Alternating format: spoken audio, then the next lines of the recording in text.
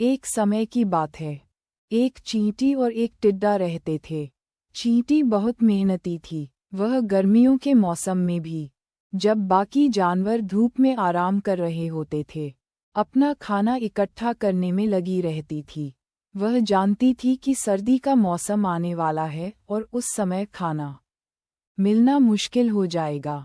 दूसरी तरफ टिड्डा बहुत आलसी था। वह गर्मियों में गाना गाकर और धूप में लेटकर अपना समय बिताता था। उसे लगता था कि अभी तो बहुत समय है, सर्दी आने में बहुत देर है, इसलिए काम करने की क्या जरूरत है। धीरे धीरे गर्मी का मौसम बीत गया और सर्दी आ गई। चारों तरफ बर्फ की चादर बिछ गई।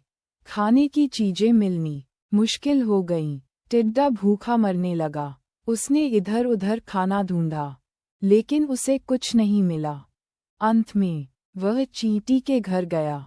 उसने चींटी से कहा, बहन चींटी, मैं बहुत भूखा हूँ, क्या तुम मुझे थोड़ा खाना दे सकती हो?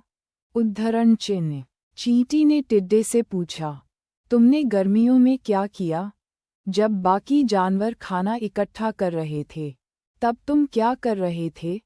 उद्धरण चिन्ह। टिड्डे ने शर्मिंदा होकर कहा, मैं गाना गा रहा था और धूप में लेट रहा था। चींटी ने कहा, तुम्हें गर्मियों में ही सर्दियों की तैयारी करनी चाहिए थी, अब तुम्हें भूखा रहना पड़ेगा। चींटी ने टिड्डे को थोड़ा खाना दे दिया, लेकिन उसे समझाया कि भविष्य में उसे अपनी मेहनत से ही खाना जुटाना होगा। टिड्डे को अपनी गलती का एहसास हुआ और उसने वादा किया कि अगली बार वह आलस नहीं करेगा और मेहनत से काम करेगा। सीख। इस कहानी से हमें ये सीख मिलती है कि हमें कभी भी आलस नहीं करना चाहिए और हमेशा भविष्य के लिए तैयार रहना चाहिए। जो लोग मेहनत करते हैं, वे हमेशा सफल होते हैं।